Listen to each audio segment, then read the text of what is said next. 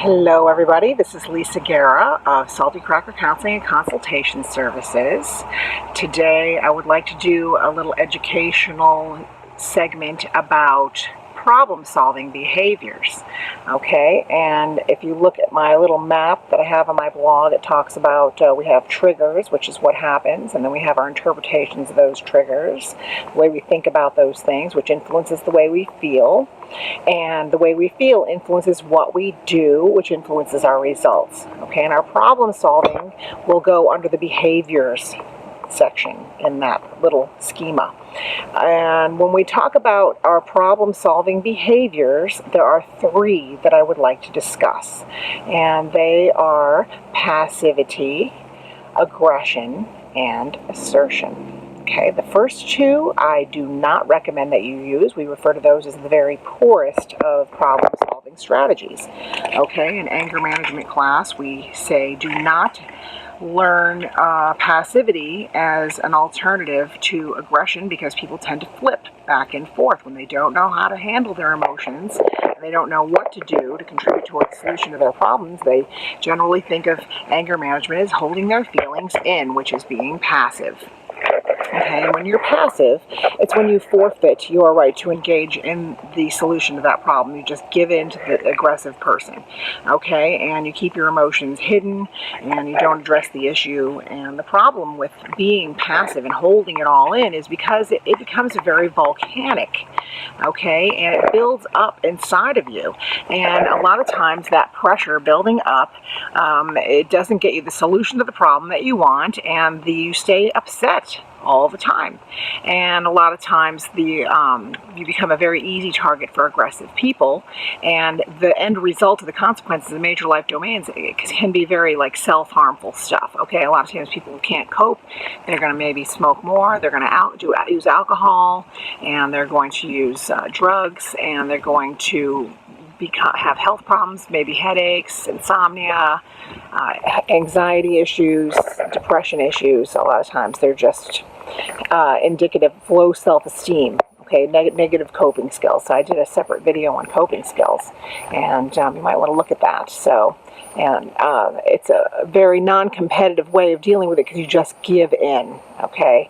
And we don't want you to become a victim of aggressive people, okay? And aggression is another very destructive modality of taking care of problems that happen in life.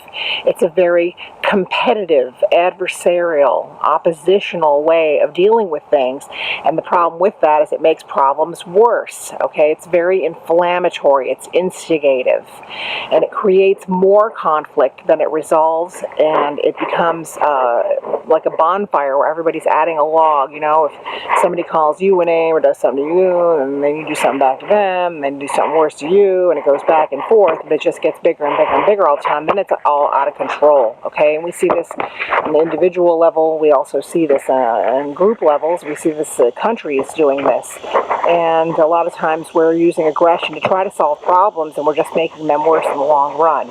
Okay, and aggression can come in the form of pain, delivery of pain, whether it be emotional pain like intimidation or guilt or shame, or rejection in some kind of a way of controlling someone's behavior by making them feel bad in some way, or physical pain.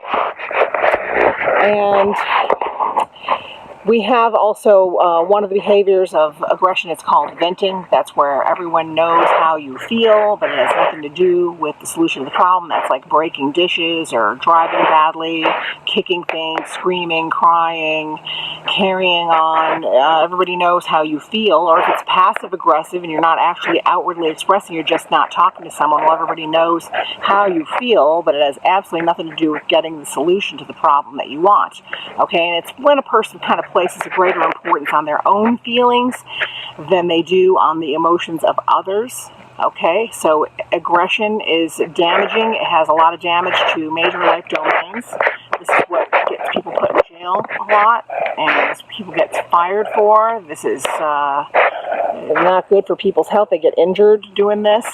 There's a lot of family problems, DCF involvement. A lot of negative things happen due to aggression. Okay, a lot of times people who are aggressive people, they think that they are strong people, because a lot of times people don't know how to deal with aggression, so they just give in. They just want to get away from that aggressive person, so they give in, and the person thinks that they're getting what they want when they're using aggression, so they feel rewarded into using it over and over and over again. But ultimately, if you look at someone who's been aggressive over a period of time, you're going to see that their major life domains are a usual disaster area. Okay, the one that anger management strategy or emotion management strategy that I do recommend is called assertion. Okay, this is when you're taking a collaborative approach, not a competitive approach, but a collaborative approach, where you're going to address the problem and ask for a solution or contribute to the solution in some way.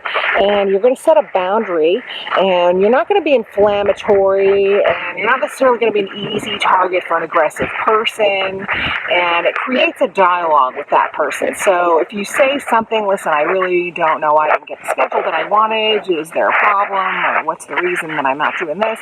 Sometimes people do initially, aggressive people will come off as defensive, and they might get a little aggressive back, but if you kind of stick to your guns and you just stay in the assertion mode, where you just recognize that you have feelings and are right to those feelings, and I'm not saying that you can't be angry, you can be angry, okay, but you can handle your feelings in an assertive way while you're angry, and it's okay to be angry. Angry, there's no problem with anger. It's what you do while you're angry that can be a problem, okay, or any other negative emotion. It's what you do that can be a problem. Okay, so if you're an excessively fearful person or an excessively sad person, I'm still asking you to experiment with the modality of assertion. And when you are handling yourself assertively, it gives the other party a chance to respond in a more explanatory way instead of in a defensive way, okay? And it contributes to the actual solution to the problem. You may not get what you want, okay? I always sing that Rolling Stone song. You can't always get what you want. But you know what? If you don't get what you want and you're being assertive, at least you can say, hey, I did the best I could with what I had. I couldn't force the issue. I'm not going to sink to that level. I'm not going to give in to that aggressive person. I can let go of what I cannot change in a more peaceful and healthy way. And it's different than being passive. When you do have to let it go or sweep your feelings under the rug, you don't have to like it or accept it. But a lot of times assertion is a lot more influential than playing in the victim role like a passive person does, or playing the aggressive role. Okay, it's just so much healthier. I do wish for you to please look at the life domains in your life and decide if one of those behavioral patterns applies to you. If you have negative results happening, you can trace it right back up the chain in my little map there. Okay, what are the emotions that I've had these behavioral responses that have been destructive, and how can I change those emotions? And you go right back up to the thinking and saying, what coping skills do I need to learn and develop that are going to help me improve my behavioral decisions so I can get what I want?